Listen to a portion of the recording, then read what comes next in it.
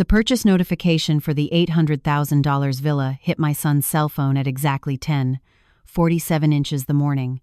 By noon, my phone was buzzing like an angry hornet's nest, and by the afternoon, I was the most popular woman in all of Sarasota, Florida. And all it took was destroying my family's financial expectations to achieve it. If you're watching this, subscribe and tell me where you're watching from. Let me paint the scene for you. 3 days ago was March 15th, my 64th birthday, the same day it has been for 64 years. But according to my son Brian and his adored wife Sarah, somehow it slipped their minds again this year. What a coincidence that it fell right during their annual spring getaway with Sarah's mother, Patricia Vance, whose birthday is conveniently on March 12th. Now, I'm not stupid. I figured out this little dance about 5 years ago, but this year, instead of applying my usual routine of hints and disguised guilt trips, I decided to try something different. I said absolutely nothing. I didn't mention my birthday a single time. I didn't send those pathetic little texts reminding them I had the weekend free. I just smiled and waved goodbye as they packed their bags for their spa weekend in Sedona. As soon as their car disappeared at the end of my street, I called my real estate agent, Jennifer. Find me the most beautiful waterfront property you can find within a 50-mile radius. Money is no object. She thought I was joking. 4 hours later, when we were standing in the marble foyer of a stunning contemporary villa overlooking the Gulf of Mexico, she realized I was completely serious. The place had everything: floor-to-ceiling windows, a gourmet kitchen that probably cost more than most people's cars, a master bedroom with a fireplace, and a terrace that made you feel like you were floating over the water. "It's $800,000, Mrs. Sylvia Montgomery," Jennifer said cautiously, as if she were giving me bad news. "I'll take it. Don't you want to think about it? Maybe discuss it with your family?" I almost laughed out loud. "When was the last time my family discussed anything with me, Jennifer? I'm 64 years old, and I've been thinking for the majority of them. Transfer the funds tomorrow." That was Tuesday. By Wednesday afternoon, the deed was in my name. By Thursday morning, I was uploading photos to every social media platform whose password I still remembered. The living room with the ocean view, the kitchen island where I prepared a small celebration for a party of one, the terrace where I enjoyed my first birthday dinner in decades with champagne and takeout from the most expensive bistro in the area. The caption was simple: "Birthday celebration in my new home. Sometimes the best gifts are the ones you give yourself." And that was when my phone started ringing. The first one was Brian, of course. My caller ID flashed his name at 10:52 a.m., barely 5 minutes after the bank alert must have reached him. You see, Brian has been monitoring my finances for years since his dad died, not officially, of course, but he put himself on as a joint holder for emergencies and activated alerts for any significant movement. It was his way of watching out for Mom, ensuring she didn't make foolish decisions with her money. How thoughtful, right? I let the call go to voicemail. The second was from Sarah at 11:15, then Patricia Vance herself at 11:43, then Brian again at 12:02, 12:18, and 12:35. By 2 p.m., I had 17 missed calls and messages ranging from concern to confusion and barely controlled panic. My favorite came from Sarah. "Mom Montgomery, we are worried about you. This isn't like you. Please call us so we know you're okay." That it isn't like me. Lady, you don't have the slightest idea who I am. You have only dealt with the version of me that bends over backward to accommodate everyone else's convenience. Today, you are meeting Sylvia Montgomery, homeowner and woman of independent means. I spent the afternoon unpacking the few boxes I had brought from my old house, personal items, mostly photo albums, my grandmother's china, the quilt my mom made for my wedding, settling my new life around me. I couldn't help but smile every time the phone rang. 23 missed calls by dinner time. The messages were becoming increasingly desperate, but here is what they still didn't know. What none of them had bothered to ask in the 5 years since Dad died. The inheritance from Aunt Helen. Sweet Aunt Helen, single, who lived quietly in her brick brownstone in Boston and collected antique jewelry. The same Aunt Helen that Brian and Sarah had seen exactly twice in all their years of marriage, and whose funeral they didn't even deign to attend last September. Aunt Helen, who left her entire estate to her beloved niece Sylvia, the only relative who took the time to visit her. $1,200,000, to be exact. After taxes and expenses, I was left with enough money to do exactly what I wanted for the first time in my adult life. And what I wanted was to stop being invisible in my own family. I poured myself a glass of wine from my new wine fridge and sat on my new terrace, watching the sunset over a sea that now belonged to me. The phone kept vibrating, but I had already turned off the sound. Tomorrow would bring conversations, explanations, and likely very uncomfortable family dynamics. Tonight was mine. For 6 years, my birthday had been treated like an inconvenience in the schedule. Not officially, of course. There was always an excuse, always something that coincidentally came up. And how terrible, right? That it always coincided with my special day.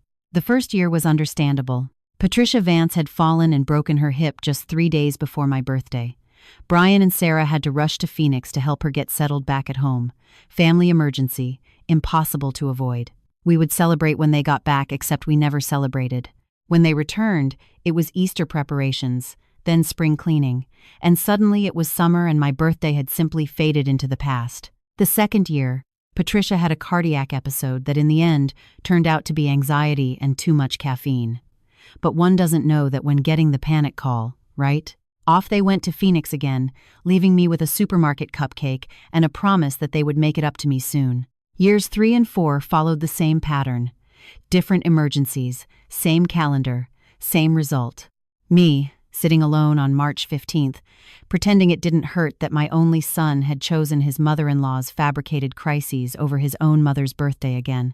But it was the 5th year that opened my eyes to the truth. I had gone to the supermarket that afternoon, feeling sorry for myself and planning another solitary celebration. That's when I saw them. Brian, Sarah, and Patricia Vance laughing over lunch at the new bistro downtown.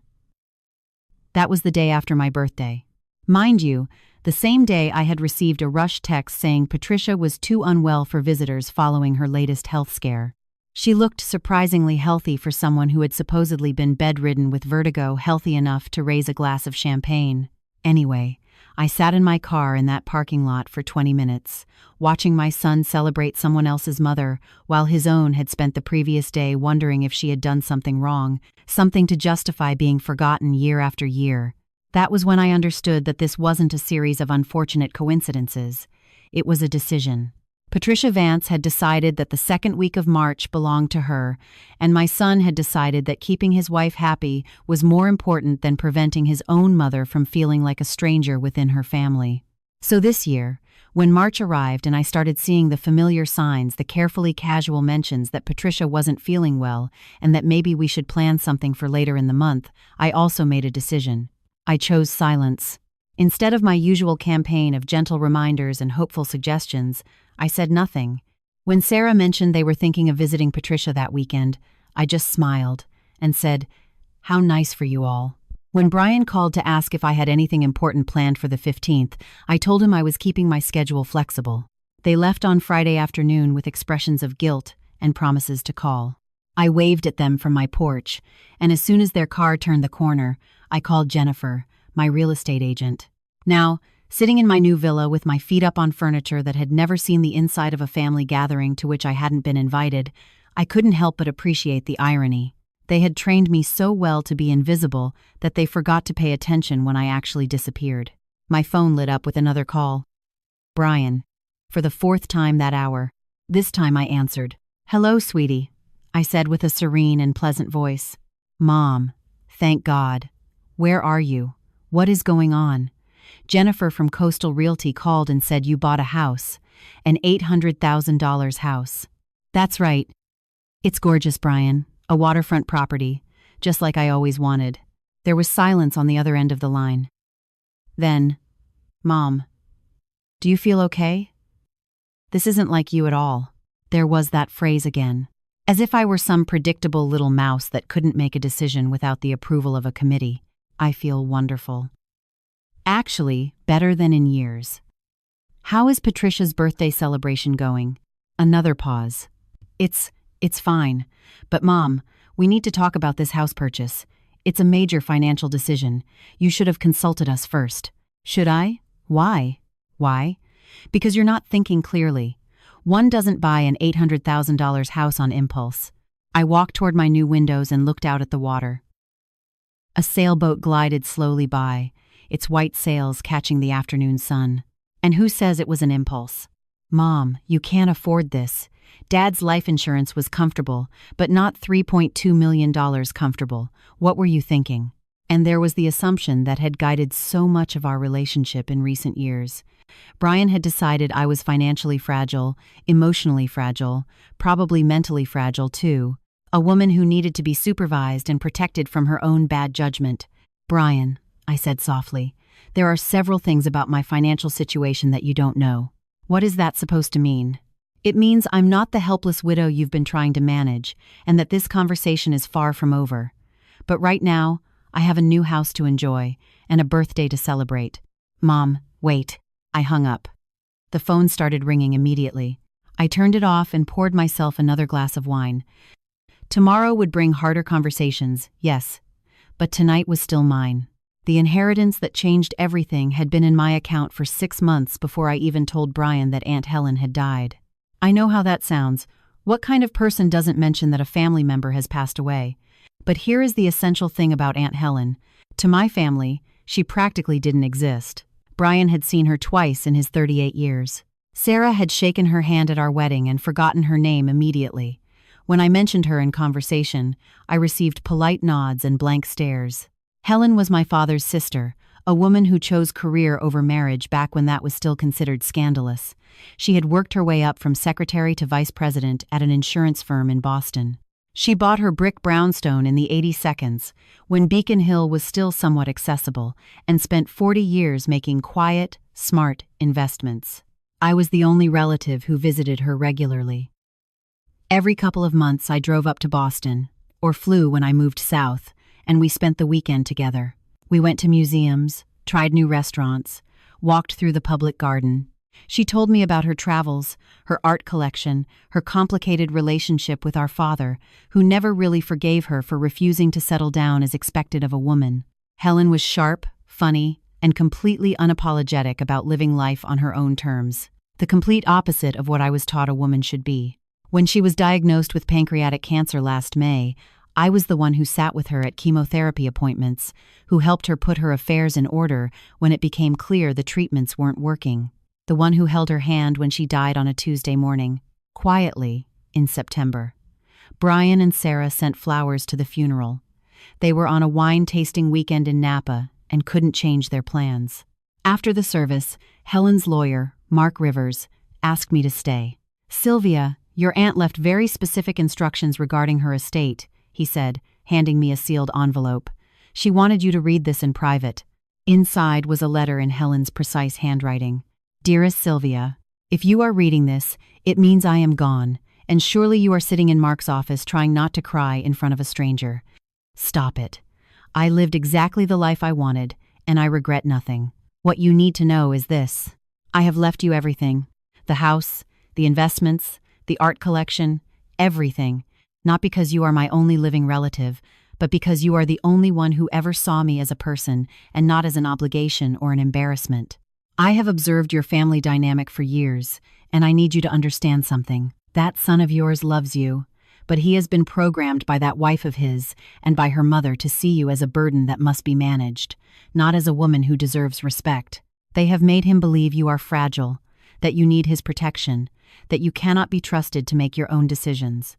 It is a subtle form of control, and I have seen it destroy too many women of our age. They make you doubt your own judgment. Then they come to help by taking control of your life little by little. Do not let them do it to you, Sylvia. You are stronger and smarter than they have let you be. Use this inheritance to remember who you were before you became someone's mother, someone's wife, someone's responsibility. Live boldly. Make them remember that you are not just Brian's aging mother. You are Sylvia Montgomery, and you deserve better than to be a footnote in your own family. The numbers Mark showed me afterward were overwhelming. Helen's house was worth $3.5 million. It was appraised conservatively. The art collection she had gathered over decades was valued at $1.3 million. After taxes and estate fees, I was inheriting a little over $3.2 million in liquid assets, plus the properties. I sat in Mark's office for an hour, staring at the documents and thinking about Helen's letter. She was right about Brian and Sarah. In recent years, they had positioned themselves as my caretakers, making decisions about what was best for Mom without ever asking me what I actually wanted. When Dad died, Brian immediately insisted on becoming a joint holder on my account for emergencies. He convinced me to switch to a simpler cell phone plan because the smartphone was too confusing for someone my age. He took charge of managing my investments because financial planning is complicated and stressful. Little by little, I stopped making decisions and started accepting their suggestions. It was easier than arguing, and I repeated to myself that they did it with good intentions. But Helen's inheritance changed everything. For the first time in decades, I had the financial power to make decisions without anyone's approval. The question was, what did I want to do with it? I kept the secret of the inheritance for months, observing my family's behavior with new eyes, the condescending smiles when I mentioned wanting to travel, the way Sarah exchanged glances with Brian whenever I expressed an opinion on anything more important than dinner plans, the eternal assumption that I would always be available to babysit, attend their events, and adjust my schedule for their convenience. And then came this March, with the familiar pattern of sacrificing my birthday for Patricia Vance's latest drama, and I knew exactly what I wanted to do. I wanted to stop being invisible. The purchase of the villa was just the beginning. A declaration that Sylvia Montgomery would no longer accept a supporting role in her own life. Brian's panic-filled calls and Sarah's worried messages were proof that the message had been received loud and clear, but they had no idea what was coming. Helen's brownstone was still in my portfolio, along with several investment properties I had never mentioned. The art collection was in storage, waiting for me to decide where to display it, and the remaining funds were generating interest while I planned the next phase of my new independent life. My phone vibrated with another message from Brian. "Mom, we're coming back early. We need to talk about this house. Don't make any more major decisions until we arrive." I smiled and typed, "Take your time. I'm not going anywhere." But I didn't mention that I had a meeting the next day with a financial advisor to talk about expanding my property portfolio, nor that I had made appointments with 3 travel agencies to plan the European tour I had dreamed of for years. Some surprises were worth waiting for. Brian arrived at my new villa at 7:30 on Saturday morning, a day and a half before his scheduled return from his getaway to Phoenix. He was standing on my new porch, looking like a man who had driven all night, which, judging by his wrinkled clothes and puffy eyes, he probably had. "We need to talk," he said without preamble. "Good morning to you too, sweetie. Come in. I'll make coffee." He followed me through the marble foyer to the kitchen, his eyes darting everywhere, as if cataloging evidence of my alleged mental breakdown. I busied myself with the coffee maker, a gleaming stainless steel machine that probably cost more than his monthly mortgage payment. "Mom, this is insanity. You can't buy an $800,000 house without discussing it with anyone. What were you thinking?" I measured the coffee calmly, taking my time. "I was thinking that I am an adult woman with my own money, and that I wanted to buy a house. Do you want cream?" "Don't be sarcastic. This is serious. Do you have any idea of the financial commitment you've made? Just the property taxes will be astronomical." "Around $12,000 a year," I said quietly.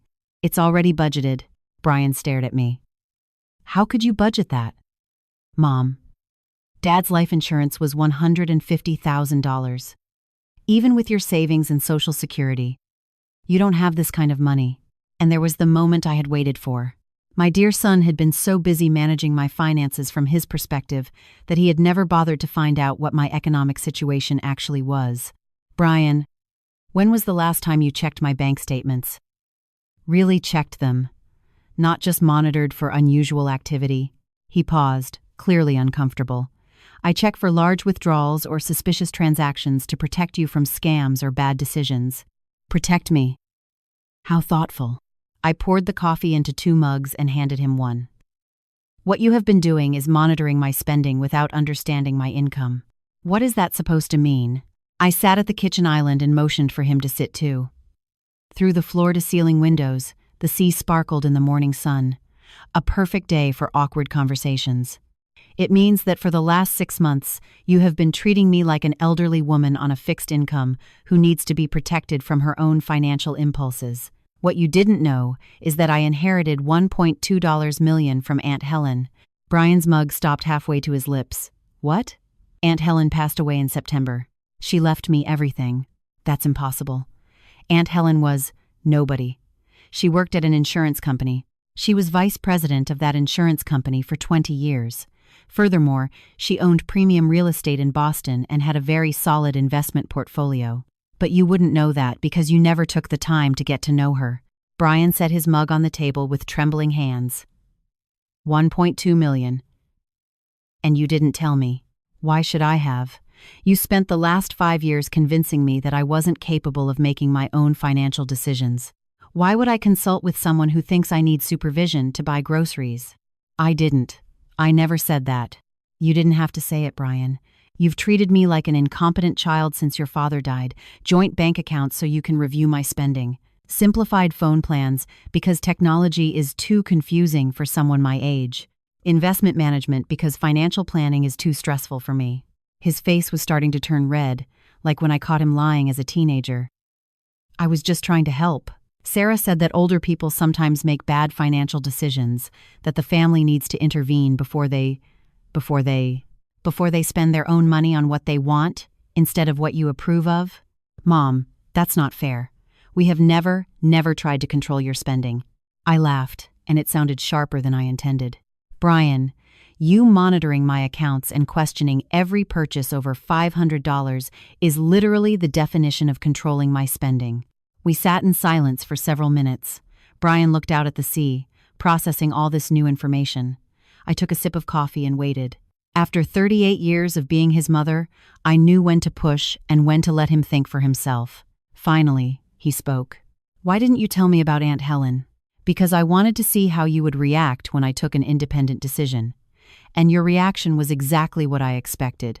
Panic, anger, and the assumption that I am not capable of managing my own life. I'm not angry, he said, though his voice told another story. I'm worried. This house isn't you, Mom. It's too big, too expensive, too flashy.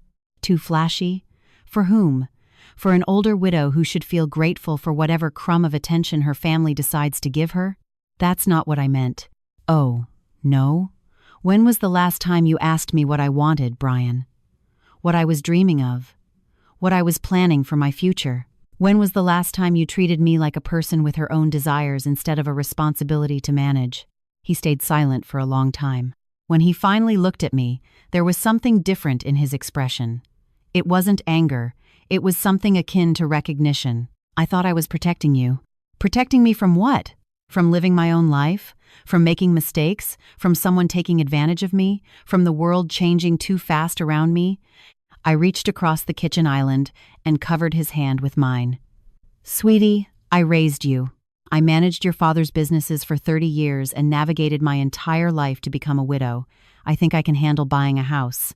Brian nodded slowly. And Sarah doesn't want to see this place? I smiled, but it wasn't an entirely kind smile. Sarah is back in Phoenix with Patricia, extending her stay. Apparently, my house purchase is exactly the kind of erratic behavior Patricia warned her about. She thinks I might be having some kind of breakdown. Are you? If finally standing up for myself constitutes a breakdown, then yes, I suppose I am having one. The question is, are you going to support me, or are you going to keep treating me like a problem that needs solving? Brian looked around my new kitchen, the expensive appliances, the marble countertops, the view that probably cost more per square foot than his entire house. This is really what you want? This is really what I want. He nodded slowly. Then I guess we have to figure out how to make this work. It wasn't the declaration of support I had hoped for, but it was a start. And for the first time since he arrived, Brian looked like my son, not like a financial advisor delivering bad news. That afternoon, we sat on the terrace talking about things we hadn't discussed in years. My dreams for retirement, his worries about his own future, the ways we had both changed since his father died. It was the most honest conversation we had had in months. But I knew the real test was yet to come. Sarah and Patricia would be back soon, and they weren't going to accept this new version of me as easily as Brian was starting to. By Sunday afternoon, my phone had become a battlefield of family drama. The news that I had bought a villa had spread through the family like a brush fire, and everyone had opinions about what it meant, what I should do, and above all, what was wrong with me. The first to call was my sister Linda. Sylvia, I heard about your house. Are you having some sort of midlife crisis? I'm 64, Linda. If I'm having a midlife crisis, I plan to live to 128. This isn't funny. Brian is very worried. Sarah is extremely upset, and Patricia thinks maybe you need some kind of intervention. Patricia thinks. Of course she does. Patricia Vance had opinions on everything and everyone, and somehow her thoughts had become gospel for my daughter-in-law. Intervention. For what exactly? For buying real estate with my own money? For making major decisions without consulting the family? For isolating yourself from those who love you? For spending money recklessly when you should be thinking about your future care needs? I almost burst out laughing. Future care needs, as if I were one step away from a nursing home, instead of being a healthy 64-year-old woman with excellent health care and enough money to hire in-home help if I ever needed it. Linda, let me ask you something. When you and Robert bought your condo in Boca Raton, did you ask anyone for permission? That's different. Robert and I discussed it together. And I discussed this with myself. Extensively. I'm not married, Linda. I don't need anyone's permission to spend my own money. The second call came from my nephew Michael, Linda's eldest son. I feel fantastic, Michael. And you? Well, confused. Honestly, this house thing doesn't seem like something you would do. There was that phrase again, something I would do. As if everyone had decided exactly who Sylvia Montgomery was allowed to be, and any deviation meant mental instability. Michael, what do you think I would do? What kind of person do you think I am? I think you're practical, conservative, someone who thinks everything through carefully and doesn't make impulsive decisions. And you think buying this house was impulsive? Well, yes, a little. I looked toward my terrace, where I had spent the morning reading and drinking coffee while watching boats pass by on the water. I've been looking at waterfront properties for 2 years, Michael. I've planned this purchase for months. The only thing impulsive was my timing. Why now? Why not wait until summer when there might be more options? Because I got tired of being forgotten on my own birthday. Because I understood that if I waited for my family's approval to live my life, I'd die waiting. Because sometimes you have to do something dramatic to remind people you exist. Because I found the perfect house and I could afford it. Sometimes life is that simple. The third call was the one I dreaded most, Sarah, calling from Phoenix with Patricia undoubtedly listening in the background. Mom Montgomery, we need to talk. Hello, Sarah. How is the extended vacation going? It's no longer a vacation. We stayed because we are worried about you. Patricia believes the purchase of this house could be a sign of cognitive decline. Patricia believes, again. And what do you believe, Sarah? There was a pause. I think you are acting very differently from how you normally are. Maybe that's the point. What is that supposed to mean? Maybe I got tired of being the person you all defined.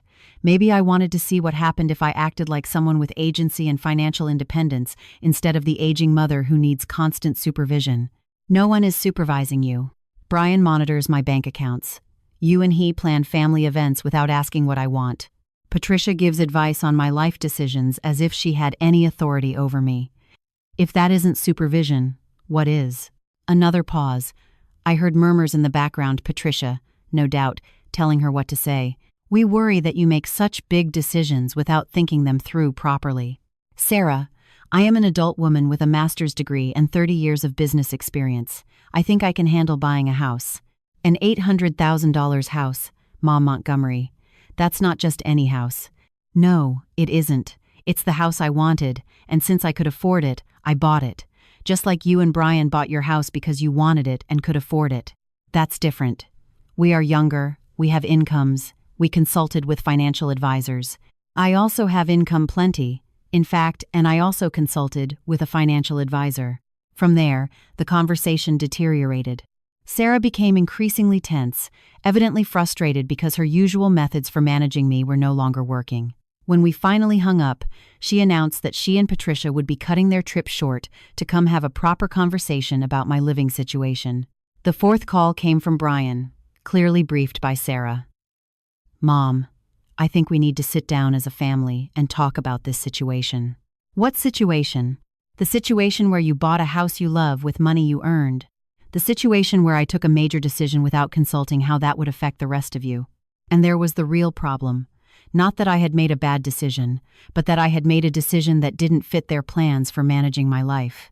Brian, how does my living in a beautiful house on the waterfront negatively affect you? It doesn't affect me, but it's not about the house, Mom. It's about the pattern of behavior. The secrecy with the inheritance, the impulsive purchase, the way you are shutting us out of major decisions. I am not shutting you out of anything. I am just not asking for your permission to live my life. Isn't that what we mean? Oh no, because from where I'm sitting, it looks like you are upset because I stopped asking for approval before making decisions about my own life. When I finished returning all the calls, messages, and texts, it was already past 9 p.m. I poured myself a glass of wine and sat on my terrace listening to the gentle sound of the waves against the shore. My family was in total crisis mode over my decision to buy a house. Not because the house was a bad investment or because I couldn't afford it, but because I dared to make the decision independently. Because I stopped accepting the role of the dependent elderly relative who needed their guidance and protection. Tomorrow, Sarah and Patricia would arrive full of moral indignation and careful explanations of why I should reconsider my decisions. They would probably even bring printed brochures for more appropriate housing options. They might even suggest that my judgment was compromised and that I needed more family supervision, not less. But that night, I was sitting in my own house, on my own terrace, drinking my own wine and making my own plans, and for the first time in years, I felt like myself again, the real Sylvia Montgomery. Not someone's mother, not someone's burden, not someone's responsibility. Just me. Monday morning brought the invasion I had been expecting. Sarah and Patricia Vance arrived at my door at exactly 8 a.m., armed with a binder full of real estate listings, a stack of financial planning brochures, and expressions of deep maternal concern that failed to hide the irritation beneath. Patricia took one look at my marble foyer and snorted. Well, it certainly is large. Good morning to you too, Patricia. Sarah, come in. I'll make coffee. They followed me into the kitchen like a delegation from the Department of Bad Life Choices. Patricia's sharp eyes were already cataloging everything she would use against me later. The expensive appliances, the imported tile, the view that probably cost more than she earned in a year. Sylvia, Patricia began, settling herself at my kitchen island as if she were leading an intervention. We need to talk about what is really going on here. What is going on is that I bought a house. Do you want cream in your coffee? Don't be sarcastic.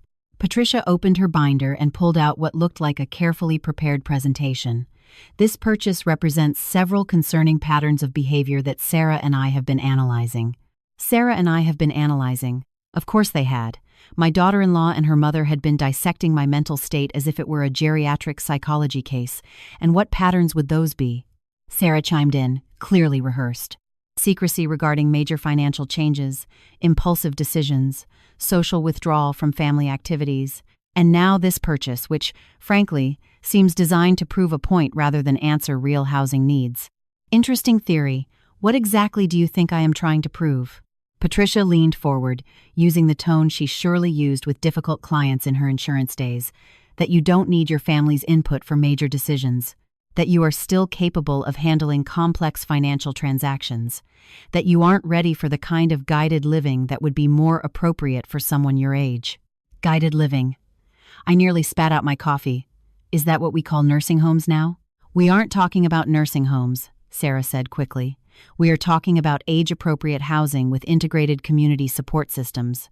I looked at the brochures she had spread across my countertop. Sunnybrook Senior Living, Golden Years Community, Heritage Oaks Retirement Village. All with photos of gray-haired people playing board games or doing gentle yoga. Sarah. All of these are retirement communities.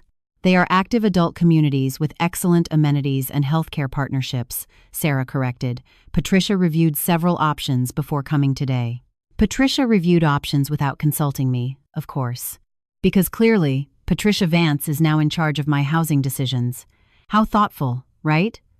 I didn't even know that was her responsibility. Patricia's smile tightened. Sylvia, I have been watching your family struggle with these decisions for months. Brian is worried sick about your judgment. Sarah is exhausted trying to balance her own family responsibilities with her concern for your well-being. Something has to change. You are absolutely right. Something does have to change. Both of them perked up, clearly thinking they had made some headway. What has to change is this assumption that I need to be managed by a committee. I am 64, not 94. I have a master's degree, business experience, and more money than most people can dream of. I don't need Patricia Vance researching my housing options. Patricia's facade of maternal concern cracked slightly. Someone needs to give you perspective on these decisions. Obviously, you aren't thinking clearly. Because I bought a house that you wouldn't have chosen for me? Because I bought a house that costs more than most people earn in a lifetime without discussing it with anyone who cares about me? I discussed it with the person whose opinion matters most, me. Sarah tried a different approach, her voice softer now. Mom Montgomery, we aren't trying to control you. We are trying to support you, but these recent changes are worrying. The secrecy about Aunt Helen's inheritance, the purchase of this house, the way you have distanced yourself from family activities. Distanced myself from family activities. Sarah, when was the last time I was invited to a family activity that wasn't built around your convenience? We invite you to everything. You invite me after planning it, at times that work for you, with activities you choose. When was the last time anyone asked what I wanted to do, or where I wanted to go? Neither answered. Let me save you time with your research, Patricia. I am not moving into a senior living community. I am not accepting supervision over my financial decisions. And I am not going to pretend this conversation is about my well-being, when it is actually about your discomfort with my independence. Patricia's pretense of concern finally dropped completely. Your independence, Sylvia? You are being selfish and irresponsible. You have family members who depend on you, who have built their lives around certain expectations. What expectations? That you be a reasonable and reliable presence in their lives, that you make decisions considering their needs and feelings, that you act like the mature adult they need you to be instead of a rebellious teenager buying sports cars and getting tattoos. I almost laughed, imagining myself as a rebellious teenager. Patricia, I bought a house with my own money. How exactly does that affect your needs and feelings? It affects our ability to plan for the future. To know that you are settled securely and not making impulsive decisions that could impact everyone. And there was the real issue. Not my safety or well-being, but their need to control my decisions so they could predict my role in their lives. I see. So this is about your comfort, not mine. Sarah intervened again, sensing Patricia had said too much. It's about family, Mom Montgomery. Families make decisions together, consider each other's feelings, not just disappear for a weekend and come back having bought million-dollar properties. Sarah, when you and Brian bought your house, did you ask for my opinion? That's different. Ow.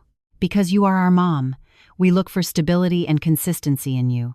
And I have given you that your entire adult lives. But stability doesn't mean I never change, and consistency doesn't mean I never grow. I am not a piece of furniture, Sarah. I am a person with my own dreams and goals. We sat in awkward silence for several minutes. Finally, Patricia gathered her brochures and stood up. Well, Sylvia, I see you are determined to make this mistake.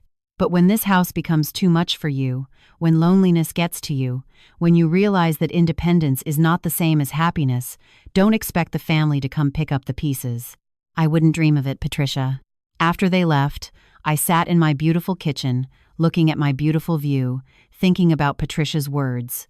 She was probably right that independence wasn't the same as happiness. But for the first time in years, I had the opportunity to discover what my version of happiness looked like, and that was worth more than all the family approval in the world. 2 weeks after Patricia's attempted intervention, I discovered something that completely changed what I thought I knew about my family's financial situation. I was cleaning out Dad's old desk, finally ready to face the paperwork I had avoided for 3 years, when I found a manila folder hidden behind warranties for appliances we didn't even own anymore. The tab said Brian, private, written in my late husband's careful handwriting. Inside were bank statements, loan applications, and correspondence showing a very different portrait of my son's financial stability than what he had led me to believe. Brian owed $45,000 in credit card debt. His mortgage was 3 months behind. And most shocking of all, he had taken out a second mortgage, using my name as a co-signer, forging my signature on documents dated barely 2 months after his father's funeral. I sat in Dad's old chair, staring at the evidence of my son's deception, feeling as if I were looking at a stranger's life. The Brian I knew was responsible, careful with money, someone who had inherited his father's financial prudence. This Brian was desperate, reckless, and apparently willing to commit fraud to solve his problems. But the worst part wasn't the money. It was the dates. Each of the financial crises appearing in those documents coincided with one of Patricia Vance's mysterious health emergencies. Each rushed trip to Phoenix, each canceled birthday, each family event postponed to accommodate Patricia's needs, they occurred exactly in the months when Brian's situation was collapsing. I picked up my phone and called Mark Rivers, Aunt Helen's lawyer who had handled my inheritance. "Mark, I need you to run a credit check on my name. I think someone has been using my identity to apply for loans." 3 hours later, I had the full picture. Not only had Brian forged my signature for the second mortgage, but he had also applied for 2 credit cards in my name and obtained a personal loan using my Social Security number. My credit score, which I hadn't checked in years, had gone from excellent to barely acceptable. The doorbell rang just as I was reviewing the credit report. Through the window, I saw a silver BMW in my driveway. Sarah's car. She was on my porch, looking nervous, holding a small gift bag. "Mom Montgomery, I hope I'm not interrupting. I brought you something from Phoenix, a peace offering." I let her in, intrigued by this sudden change in tactics. She handed me the bag with an awkward smile. Inside was a snow globe featuring a charming desert scene and a card that read, "Thinking of you, Patricia. Patricia asked me to give it to you." She felt remorse for how things ended the other day. "How thoughtful, Patricia." I placed the snow globe on the hall table. "Do you want coffee?" "Actually, I was hoping we could talk about the house situation, but also about other things." We settled in the living room. Sarah sat on the edge of my new sofa as if ready to bolt. "Mom Montgomery, I owe you an apology. Patricia and I, maybe we overreacted about the house." "Maybe you overreacted. That's an understatement. It's just that Brian has been very stressed lately, and when you bought this house without telling him, he fell apart." "Stressed, why?" Sarah's carefully composed expression wavered. "Work things, normal pressures. You know how he is with money." Yes, I knew how he was with money, apparently better than I thought.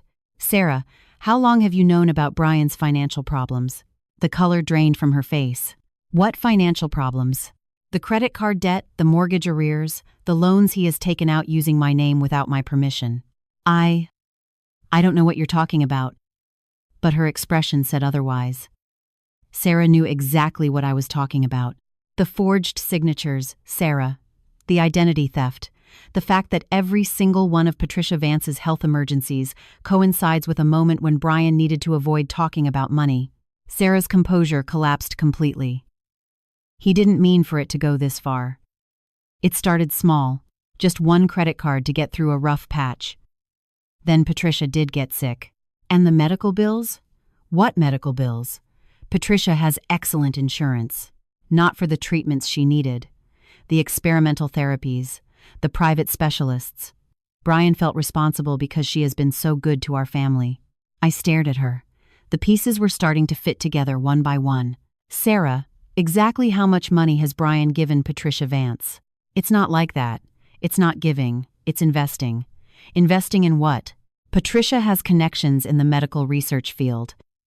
She has been helping Brian invest in some promising treatments for her condition.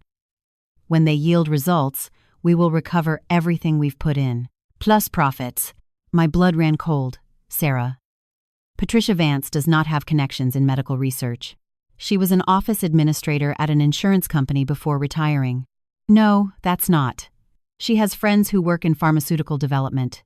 She has shown us the studies, the projected returns. She has shown you fake documents to convince Brian to give her money. Money he doesn't have, money he has stolen from me to give to her." Sarah stood up abruptly. "That's not true. Patricia would never. She has been like a mother to me. A mother who has convinced you to allow your husband to commit financial crimes. Sarah, Brian has committed identity theft, forged legal documents, ruined my credit history to fund Patricia's lifestyle." "No, that's not. Patricia wouldn't do that. She cares about our family. Patricia Vance has been systematically draining your family's resources for years while positioning herself as your savior. Every emergency, every crisis, every desperate need for funds, all carefully orchestrated." Sarah backed toward the door. "I have to go. This conversation, you aren't thinking clearly. The stress of the move, the isolation from the family, Sarah, wait. But she was already gone, leaving behind the snow globe and an increasingly heavy certainty. My family's problems were much deeper than I ever imagined. I picked up my phone and called Mark Rivers again. Mark, I need you to investigate someone for me. Patricia Vance, approximately 70 years old. Last known address in Phoenix. I want to know everything about her financial history, her family connections, and any legal issues in her past. Can I ask why? Because I think she has been running a long-term fraud against my family and that my son has been stealing from me to fund it. 2 hours later, Mark called with information that churned my stomach. Patricia Vance wasn't Patricia Vance at all. Patricia Vance was actually Patricia Vaughn, and she had a criminal record spanning 3 states and 20 years. Mark's investigation revealed a pattern as impressive as it was terrifying. Patricia had been targeting families with elderly parents and financial resources since the early 2000s. Her method was always the same: befriend a younger woman with family money, position herself little by little as an indispensable maternal figure, and then create constant medical or financial crises that required increasingly larger investments or loans. She's been arrested twice, Mark told me over the phone. Once in Nevada in 2018 for elder fraud, and another in Arizona in 2015 for insurance fraud. Both cases were dismissed due to lack of evidence or settlements. And her relationship with Sarah and Brian? From what I can see based on the financial records you gave me, the first loan your son obtained was in September 2019. That was also the month the first medical emergency of Patricia Vance appeared on their family calendar. 4 years. Patricia had been systematically destroying my son's financial life for 4 years, and I had been so busy feeling hurt by forgotten birthdays that I missed it completely. Mark, I need to know how much total money Brian has given her. According to the loan documents and bank statements, approximately $180,000. But Sylvia, there is something else you should know. My heart dropped to the floor. What? Patricia Vaughn does not work alone. She has a partner, someone who helps her identify and study the families. Target: someone with access to personal information and family dynamics. Who is still being investigated, but whoever it is has been providing detailed information about your family's financial situation, your personality, your relationship with Brian and Sarah. This wasn't a random attack. It was carefully planned. After hanging up, I sat in my beautiful living room, looking at the water, trying to process what I had just discovered. My son was a victim, not a villain. He had been manipulated by a professional con artist who spent years positioning herself as a trusted member of the family. But that didn't justify the identity theft, the forged documents, the lies. The real question was, who is helping Patricia access our private information? My phone rang. Brian's name appeared on the screen. Mom, I need to talk to you. Can you come over? It's important. What's wrong? I can't explain over the phone. Please, just come. And don't bring anyone. 20 minutes later, I was in Brian and Sarah's living room, looking at my son's exhausted face and wondering how I hadn't seen the level of his distress before. Mom, he said, his voice cracking, I have to tell you something, and you're going to hate me. Try me. I've been taking money from your accounts, forging your signature on loan documents, using your credit without permission. I sank heavily onto his sofa. How much, Brian? Everything. The mortgage, the cards, the personal loans. Like $180,000 in total. Why? He slumped in his chair, burying his face in his hands. Patricia needed help for her treatments. Experimental therapies that her insurance didn't cover. She showed me the studies, the projected results. It was supposed to be temporary, just until her insurance appeals went through. Brian. Patricia Vance is not who she says she is. He looked up, confused. What do you mean she isn't? What are you talking about? I told him everything Mark had discovered, the fake identity, the criminal record, the pattern of manipulating families like ours. Brian's face went paler with each revelation. That's impossible. Patricia has been part of our family for years. She introduced Sarah and me. She's the one who encouraged Sarah to get her master's degree. She's been at every birthday, every Christmas. She introduced you to Sarah at a conference for financial advisors, I reminded him.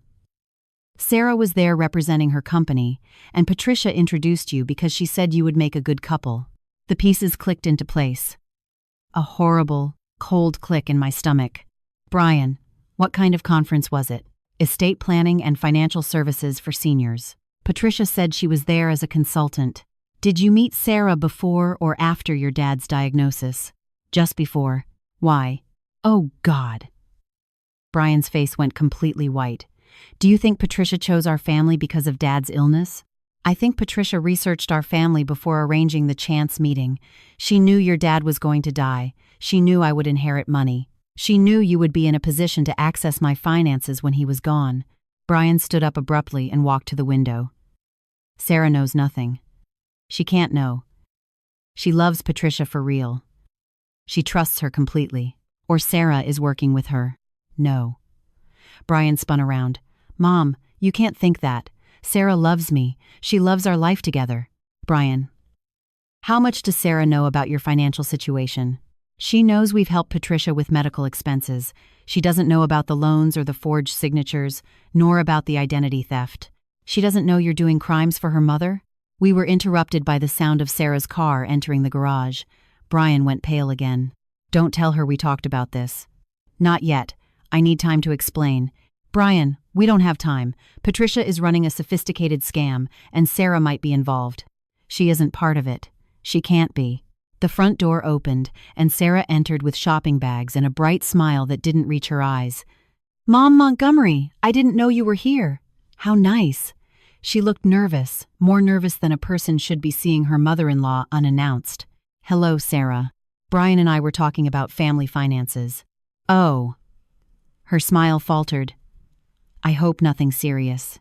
Actually, quite serious. We were talking about Patricia's medical expenses and how they have affected your budget. Sarah looked at Brian, who watched her with an expression I couldn't decipher. Patricia has been going through a tough time, Sarah said carefully. We're just trying to support her. Sure, it's wonderful that you've been able to help her with the experimental treatments. The treatments are showing a lot of progress, Sarah insisted. Patricia says the doctors are very optimistic. Which doctors exactly? Another glance at Brian. I don't remember their names. Patricia handles all the appointments, and the research center where she receives treatment. It's in Houston, I think, or maybe Phoenix. Patricia handles almost all her appointments alone. Every answer was vague, evasive, designed to shut down the conversation, not to inform. I looked at my son, hoping he would finally see what I was seeing. Brian watched his wife as if he had never met her. That night, I did something I hadn't done in years. I checked Sarah's social media with the meticulous attention of a private investigator. What I found chilled my blood. Sarah's Instagram showed 5 years of happy family photos, but when I looked closely at the timeline, something didn't add up. The first photos of her and Brian together were dated October 2019, but they always said they met at a conference in June 2019.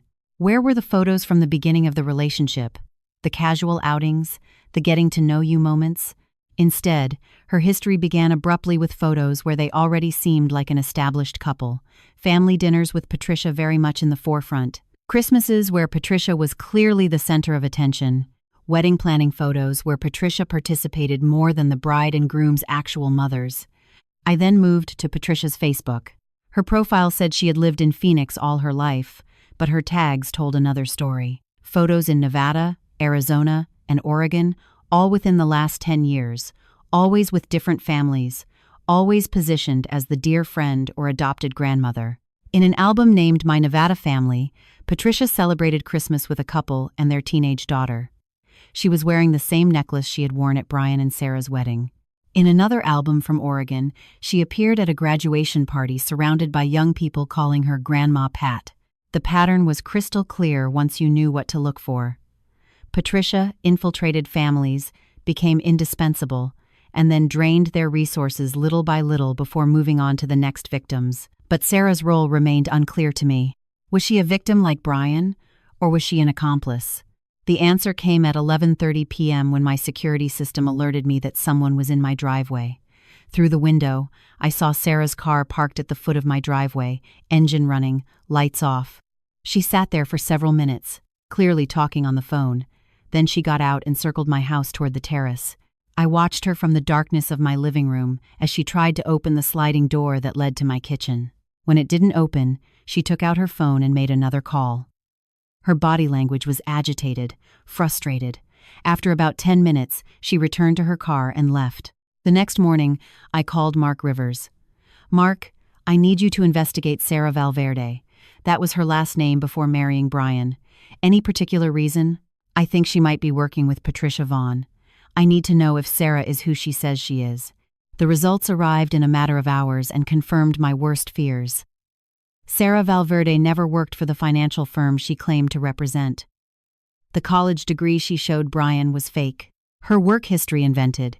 Even her age was a lie. She was 38, not 32. And the most damning evidence, Sarah Valverde had lived in Arizona in 2015, in the same city where Patricia Vaughn had been arrested for insurance fraud. "Sylvia," Mark said when he called with the results, "I think your daughter-in-law is Patricia Vaughn's daughter." The room seemed to tilt. Her daughter? Patricia Vaughn has a daughter named Sarah Vaughn, born in 1985. The physical description matches your daughter-in-law perfectly. They have been working together for at least 8 years, maybe more. I let myself fall onto my kitchen stool, looking at the water as my world rearranged itself around this new information. Brian wasn't chosen randomly. He was hunted by 2 professional con artists who spent months, maybe years, researching my family, identifying our vulnerabilities, and positioning themselves to maximize their access to our resources. The woman he fell in love with, married, built a life with, she was a stranger. Worse than a stranger.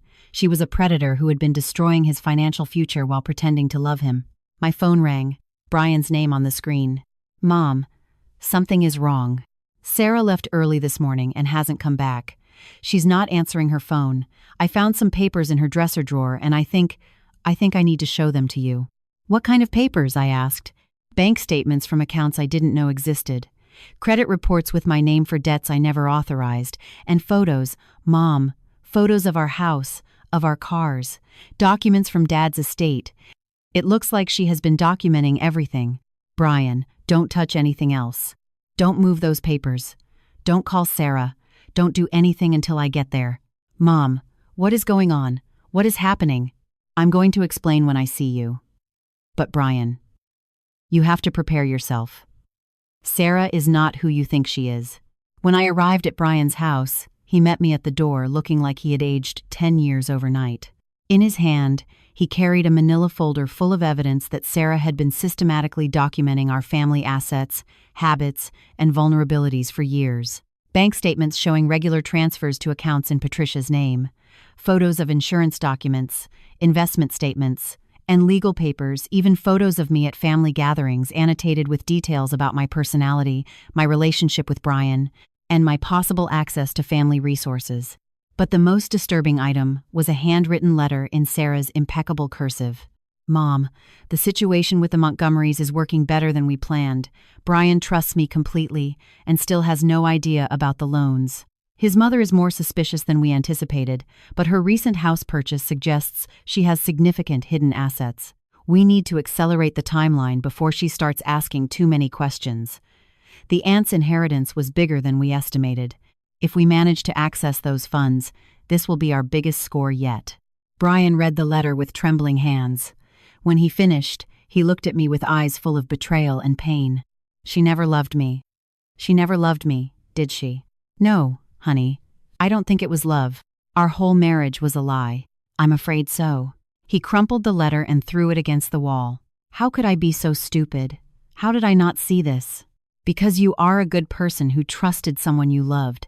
That isn't stupidity, Brian. That is being human. What do we do now?" "Now? We fight." The next morning, I called Detective Lisa Reynolds of the Financial Crimes Unit of the Florida Department of Law Enforcement. "Detective Reynolds, I need to report an ongoing fraud scheme involving identity theft, forged documents, and what I believe is a mother-daughter team of con artists." In less than 2 hours, I was sitting in my living room reviewing the evidence Mark had gathered and the documents Brian had found in Sarah's drawer. "Mrs. Montgomery," she said while taking notes, "this operation is quite large. The level of planning and documentation suggests they have done this before, probably several times. My investigation found evidence of similar schemes in Nevada and Arizona. We will coordinate with those jurisdictions. But first I must ask, do you know where Sarah and Patricia are now?" "Sarah disappeared yesterday morning.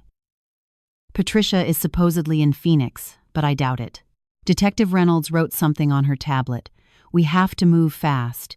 If they suspect they were discovered, they will try to liquidate what they can and disappear. That afternoon, Brian and I went to the bank to freeze all accounts and reverse any unauthorized transaction that could be proven fraudulent.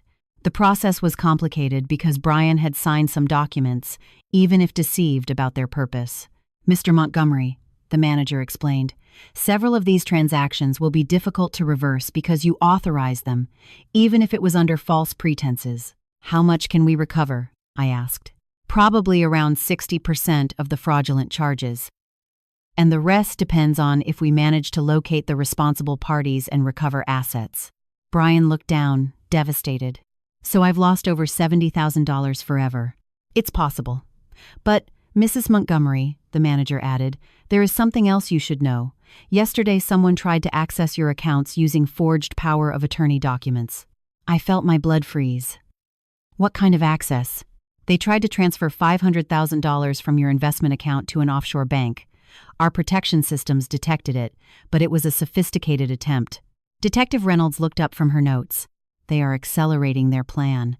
This suggests they already know they were discovered and are trying to grab everything possible before fleeing. That night, while I was sitting in my villa watching the sunset over the coast, my phone rang with a number I didn't recognize. Hello, Sylvia. Patricia's voice was calm, almost conversational. Patricia. Or should I call you Patricia Vaughn? A soft laugh. You have been busy. You impress me. Most of our families never figure it out until it is already too late. Most of your families. How many people have you done this to? Does it matter? What matters is that you and I need to have a conversation. I don't think we need to. Oh, but we do. You see, Sylvia, you have created a problem for me. The police, the frozen accounts, the investigation. That is going to complicate things for Sarah and me. Good. No, not good. Because here is what you need to understand. I know things about your family that you don't know, things that would be very embarrassing if they were made public. My heart started beating hard. What kind of things? Your late husband's business dealings, for example. Some very questionable tax strategies. Some partnerships that weren't entirely legal. Do you want me to share those details with the IRS or maybe with the local newspaper? You're lying. Ah, am I? Sylvia. Never wondered why your husband left you such a large inheritance? Never wondered where all that money came from? I felt nauseous. My husband was an honest man. Your husband was a tax evader who used shell companies to hide income for 15 years. I have documentation that would destroy his reputation and likely implicate significant tax penalties for his estate. Your estate, Sylvia. The room started spinning. What do you want? I want you to call off the investigation. I want the frozen accounts released, and I want a cashier's check for $300,000 as a gesture of goodwill. Or I reveal information that will destroy your family's reputation and likely send your son to prison as an accomplice to his father's crimes. Brian knows nothing about his dad's businesses. He signed plenty of documents over the years, powers of attorney, investment authorizations, tax papers. If I can prove he knew about the illegal activities, he is criminally liable too. My hands were shaking. You planned this from the beginning. I plan everything, Sylvia. That is why I am good at what I do. And if you pay me, Sarah and I disappear, and your family's secrets remain buried. Everyone wins. I need time to think. You have 24 hours. I will call tomorrow afternoon with the transfer instructions. When she hung up, I sat in the darkness for a long time, trying to decide what kind of woman I was. The old Sylvia would have paid. She would have protected her family's reputation at any cost. She would have sacrificed whatever was necessary to keep Brian safe. But the new Sylvia, the one who had bought an $800,000 villa and discovered her own strength, had a different idea. I called Detective Reynolds. Detective, I just received an extortion demand from Patricia Vaughn. I think it's time to set a trap. The trap we prepared was elegant in its simplicity. Detective Reynolds organized for me to use a recording device during Patricia's final call. She also set up surveillance at 3 locations where Patricia might try to collect the money she demanded. But first, I had to have the hardest conversation of my life with my son Brian. There are things about your father's business that I need to tell you. We sat in my living room, the sunset light entering through the windows, as I explained his dad's tax evasion, the shell companies, and the questionable practices that had built our family wealth. I found out 2 years before he died. I told Brian that his father was terrified the IRS would discover the hidden income, that we would lose everything. He spent the last years of his life trying to legitimize the money through careful investments and charitable donations. Brian stayed silent for a long time. Did you know when you were married to him? No. Not until the end. I handled part of the business paperwork, but he kept the illegal activities separate from what was legitimate. I signed documents without really understanding what they meant, just like you did with Sarah. Exactly like that, Brian said. Are we going to prison, Mom? I don't know, I replied, but I am not going to pay extortion money to find out. Whatever the consequences, we will face them with honesty. That night, Patricia called exactly at the agreed time, with Detective Reynolds listening from another room and the recording equipment capturing every word. I let Patricia repeat her demands for the last time. Have you made your decision, Sylvia? Yes. The answer is no. Silence on the other end.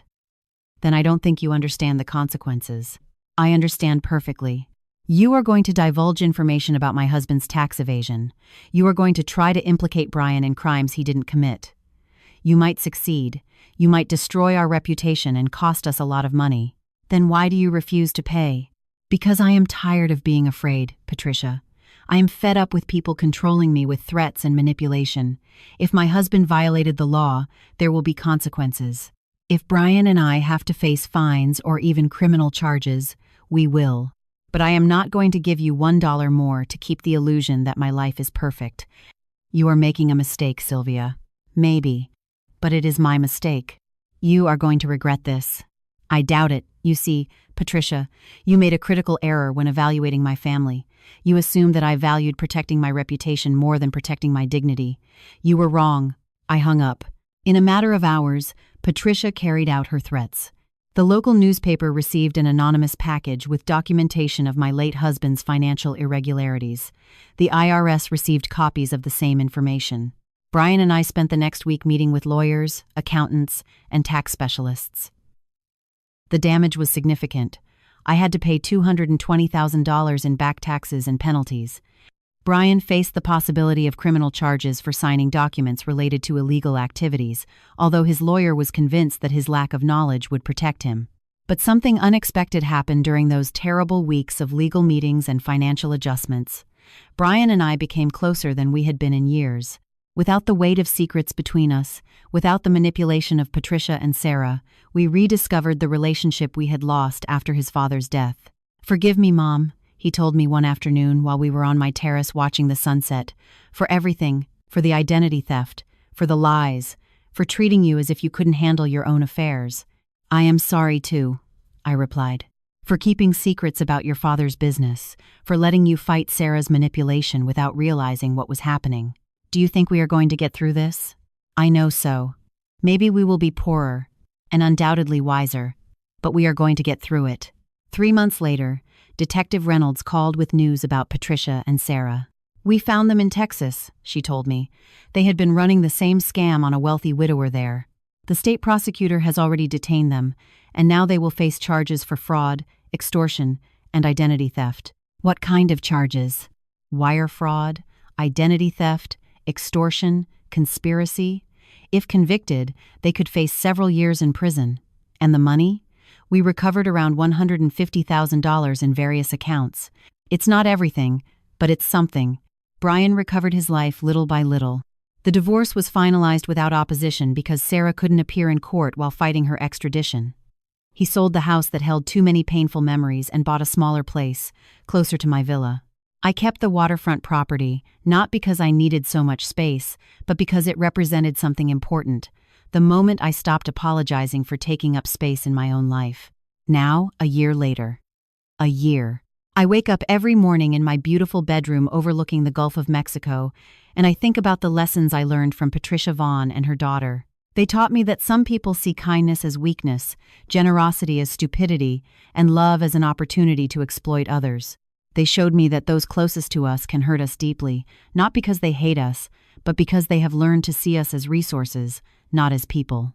But above all, they taught me that dignity is not something you buy nor something you protect by avoiding conflict.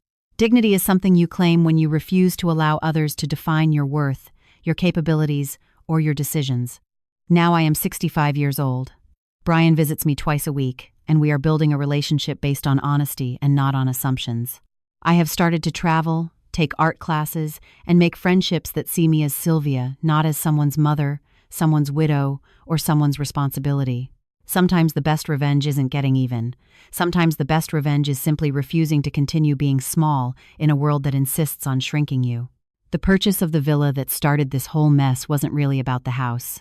It was about claiming space, demanding attention, and affirming my right to exist as a whole person, not as a convenient afterthought. Anyway, thanks for listening. Don't forget to subscribe, and if you want, share your story in the comments. Your voice matters.